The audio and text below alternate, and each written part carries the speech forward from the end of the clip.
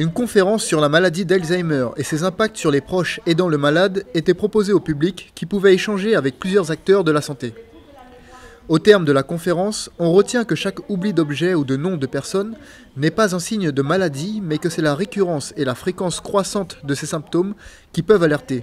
Il y a plusieurs symptômes à réellement considérer. Il y en a 10 que je vous énoncerai peut-être pas tous, mais en tout cas les plus importants, ce serait la perte de mémoire pour commencer, qui se voit plutôt sur le plan de la mémoire récente et par la suite sur les souvenirs plus anciens. Ensuite, il y a la perte d'objets.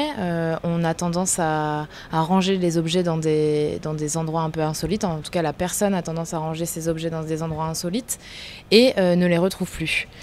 Il y a aussi un changement de caractère, c'est-à-dire on observe chez la personne des traits de caractère qui n'existaient pas du tout avant. Avant, il était très colérique, aujourd'hui il est très calme, ou vice-versa, c'était quelqu'un de très calme et aujourd'hui il a des excès de colère.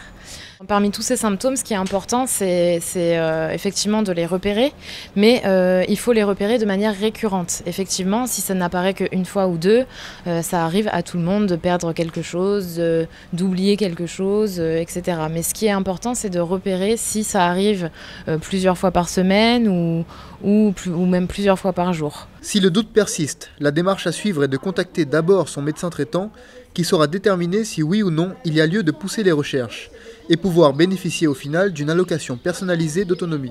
Quand on pense que son proche a une pathologie, la première chose à faire, c'est de contacter le médecin traitant et de lui présenter la situation.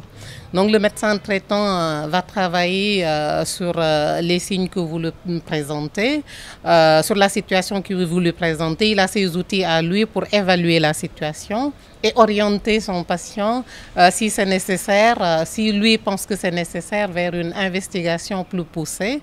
Si ces troubles induisent une certaine dépendance, il y a à Saint-Laurent l'UTAS, avec un référent pour ce qu'on appelle l'allocation personnalisée d'autonomie. Donc, ces familles peuvent prendre contact avec le référent, M.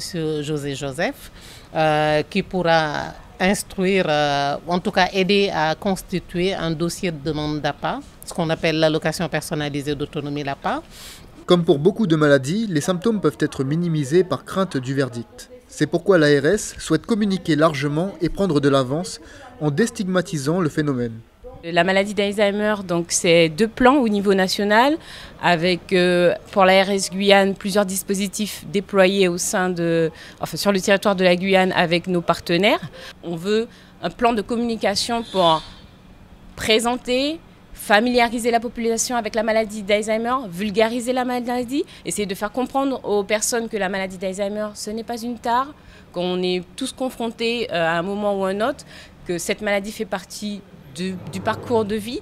Une étude d'impact démographique prévoit qu'aux alentours de 2030-2040, nous aurons un boom démographique des personnes âgées. Donc nous voulons anticiper justement cela pour éviter d'être pris au dépourvu d'ici 2030. Voilà. Donc, en termes de communication, il est vrai qu'il est prévu une campagne de communication auprès des acteurs, auprès des professionnels de santé, auprès de la population, auprès des proches aidants, auprès des familles et auprès des personnes atteintes. Voilà. Plus tôt est fait le diagnostic, plus les chances de guérir seront importantes. Il est donc primordial de connaître les bons réflexes en tant que malade, mais aussi en tant que proche voulant aider.